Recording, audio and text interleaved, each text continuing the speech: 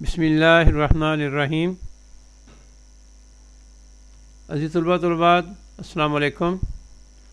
For ever education کے educational plate form پر ایک نئے لیکچر کے ساتھ حاضر ہوں، اور آج کا ہمارا لیکچر اردو جماعت ناہم کے غزل نمبر 3 دل نداں تجھے ہوا کیا ہے آخر اس درد کی دعا کیا ہے، اس کے اشعار نمبر 1 سے لے کر 4 تک کی تشریح پیش خدمت ہے، اور اس غزل کے شاعر ہیں مرزا اسداللہ خان غالب، اور یہ لیکچر اس غزل کا پہلا لیکچر ہے، اور دوسرا لیکچر آپ دوسرے ویڈیو لیکچر میں ملاحظہ فرمائیں۔ بیٹا جو بچے میرے چینل پر نئے آئے ہیں، جنہوں نے ابھی تک اس کو سبسکرائب نہیں کیا، اس کو جلدی سے سبسکرائب کریں، شیئر کریں، لائک کریں، اور بیل آئیکن کا بٹن دبانا مت بھولیں، تاکہ ہر نئی آنے والی ویڈیو جو ہے اس کا فوری طور پر آپ تک نوٹیفیکیشن پہنچ سکے، اور کوئی بھی ضروری ویڈیو آپ سے مس نہ ہو سکے۔ اس غزل کا پہلا شعر جو کہ اس غزل کا مطلع ہے، اس میں شاعر فرما رہے ہیں: دل نداں تجھے ہوا کیا ہے آخر اس درد کی دعا کیا ہے۔ دل نداں بیوقوف دل، درد، تکلیف، اذیت، دکھ، دعا، علاج۔ بیٹا اس کے بعد ہم شاعر کے نام کی ہیڈنگ دیں گے اور لکھیں گے مرزا اسداللہ خان غالب۔ اس کے بعد مفہوم کی ہیڈنگ دیں گے: اے میرے ناسمجھ دل تجھے کیا ہو گیا ہے اور تیرے درد کی دعا کیا ہو سکتی ہے۔ اس کے بعد تشریح کی ہیڈنگ دیں گے اور تشریح لکھنی شروع کریں گے، اور تشریح لکھنے سے پہلے ہم کوشش کریں گے کہ کم از کم 2 لائنیں جو ہیں شعر کے بارے میں لازمی بیان کریں، جس طرح کہ یہاں پر میں نے تحریر کی ہوئی ہے۔ اصل نام اسداللہ خان اور تخلص غالب تھا۔ آگرہ میں پیدا ہوئے، کم عمر میں والد کی وفات کے بعد چچا نصراللہ بیگ نے آپ کی پرورش کی۔ مطلب کہ شعر میں غالب اپنے دل سے مخاطب ہیں اور اس سے پوچھ رہے ہیں کہ اے میرے ناسمجھ اور بیوقوف دل تجھے کیا ہو گیا ہے، تو ہوش کیوں نہیں کرتا اور عشق میں تو کیوں مبتلا ہو گیا ہے؟ کیا تجھے پتہ نہیں کہ عشق ایک ایسا مرض ہے جس کا کوئی علاج نہیں؟ اس کا درد لا دوا ہے، یہ وہ روگ ہے جو زندگی کو برباد کر دیتا ہے، اور تو یہ سب سمجھتے ہوئے بھی تو عشق کرنے کو تیار ہوا بیٹھا ہے۔ تجھے کیا ہو گیا ہے؟ تو نے جو روگ جو مرض پال لیا ہے، اس کی دوا بھی تو دیکھ کہ یہ ہے بھی نہیں۔ آخر تو کہاں جا کر اپنا علاج کروائے گا؟ حالانکہ درد عشق ایسا درد ہے جس کی دعا کسی کے پاس نہیں۔ بقول غالب ابن مریم ہوا کرے کوئی، میرے دکھ کی دعا کرے کوئی۔ دراصل عشق میں مبتلا کسی بھی شخص کو اس حالت سے گزرنا پڑتا ہے۔ اس عشق میں اکثر لوگ برباد ہو جاتے ہیں، ان کے دل کا سکون اور راتوں کی نیند حرام ہو جاتی ہے۔ اس مرض کا علاج کسی کے پاس نہیں، اس سے بچنے کا ایک ہی طریقہ ہے، اس سے دور رہا جائے۔ بقول شاعر تمہارے قرب میں ہم نے جگر کے چاک لیے، تمہارے ہجر میں دامن کو تار تار کیا۔ شعر نمبر 2: ہمیں مشتاق اور وہ بیزار، یا الہی یہ ماجرا کیا ہے۔ مشتاق چاہنے والا، شوقین، بیزار ناخوش، اکتایا ہوا، ماجرا واقعہ قصہ۔ شاعر کا نام مرزا اسداللہ خان غالب۔ مفہوم: ہم اپنے محبوب سے عشق کرتے ہیں اور وہ بیزاری کا اظہار کرتا ہے، یا اللہ یہ کیا معاملہ ہے۔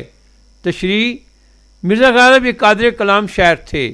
آپ نے اردو اور فارسی دونوں زبانوں میں شاعری کی، اور اردو شاعری میں آپ کا مقام بہت بلند ہے۔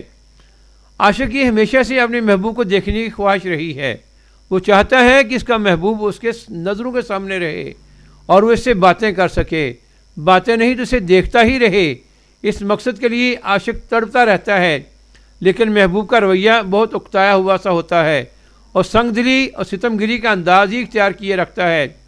غالب سے بات پر حیران ہیں، کیونکہ وہ تو جانتے ہیں کہ محبت کا مزہ اسی وقت بڑھتا ہے جو دونوں طرف سے شدت پائی جائے، لیکن ایسا نہیں ہوتا، تو وہ حیران ہو کر اللہ تعالیٰ سے پوچھتے ہیں: اے میرے مولا، تو ہر بات کا علم رکھتا ہے، تو ہی بتا دے کہ آخر یہ کیا بات ہوئی کہ بندہ تو دل و جان سے محبت کر رہا ہے، لیکن دوسری طرف سے معاملہ بالکل ہی الٹ ہے۔ آخر یہ کیا قصہ ہے کہ کوئی محبوب کے قرب میں تڑپ رہا ہو اور اس کے نزدیک آنا چاہ رہا ہو، جبکہ محبوب اس سے چاہنے والے سے دور دور رہ رہا ہو۔ گویا محبوب کا رویہ عاشق کی جانب بہت تحقیر آمیز ہے، اور غالب صورتحال پر بہت حیران ہیں کہ عشق کا نتیجہ تو عشق ہی ہونا چاہیے، مگر یہاں تو صورتحال ہی برعکس ہے۔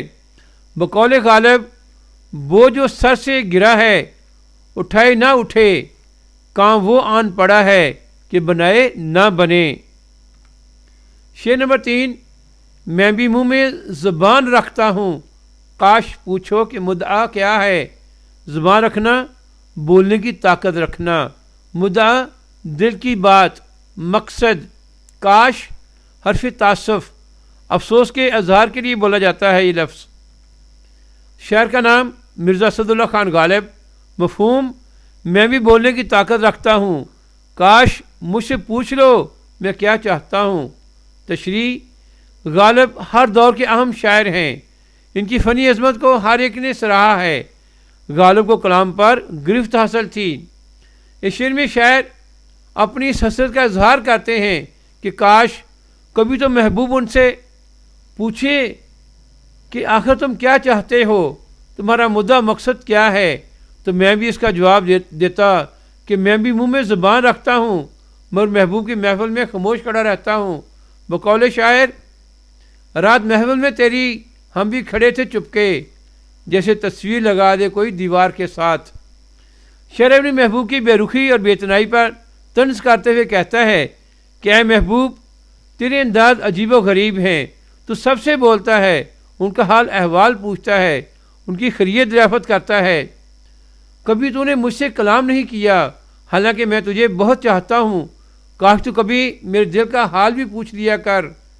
آپ سے بات کرنے کو ترستا ہوں، لیکن تیری بے رخی دیکھ کر خاموش ہوں۔ میرے منہ میں بھی زبان ہے، کبھی میرا حال بھی پوچھ کہ میں تجھ سے کیا کہنا چاہتا ہوں۔ اپنے لبوں سے کبھی ہم سے مخاطب ہوا کر، مگر افسوس ان لبوں نے نہ کی مسیحائی، ہم نے 100 طرح سے مر دیکھا۔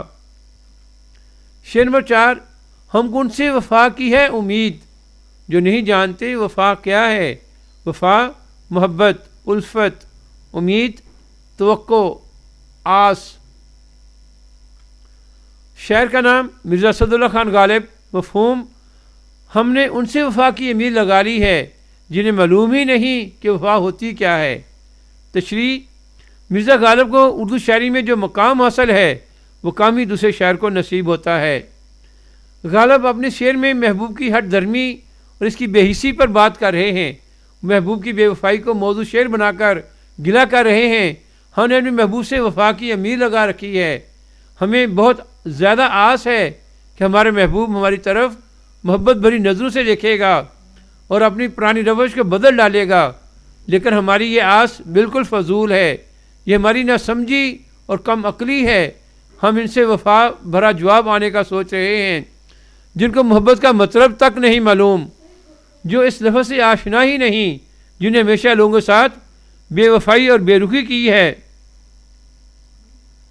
دراصل عاشق کو امید ہے کہ وہ چونکہ محبوب کی خاطر مسلسل قربانیاں دیتا چلا آ رہا ہے، وہ ضرور اس کی طرف نظر التفات ڈالے گا، اس لیے وہ مسلسل تگ و دو میں رہے کہ محبوب اس کی طرف وفا کی نظر سے دیکھے گا، مگر اس کا محبوب ہرجائی اور بے وفا ہے۔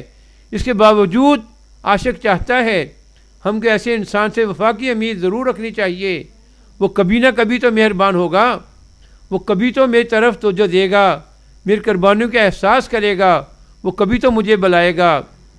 حد سے بڑھ کر بھی تغافل نہیں اچھا ہوتا، کچھ تعلق بھی تو رکھتے ہیں پرستار کے ساتھ۔ میرا امید ہے اس لیکچر سے آپ مستفید ہوں گے، خود بھی اس لیکچر کو سنیں، اپنے دوست احباب میں اس کو شیئر کریں تاکہ زیادہ سے زیادہ طلباء اس سے مستفید ہو سکیں۔ باقی جو غزلیں ہیں ان کی تشریح کا لنک جو ہے ڈسکرپشن میں موجود ہے، اور اس غزل کا دوسرا حصہ جو ہے اس کا لنک بھی ڈسکرپشن میں موجود ہے، وہاں سے ملاحظہ فرمائیں اور دوسری غزل جو مکمل غزل کا باقی حصہ جو ہے اس کو سن لیں۔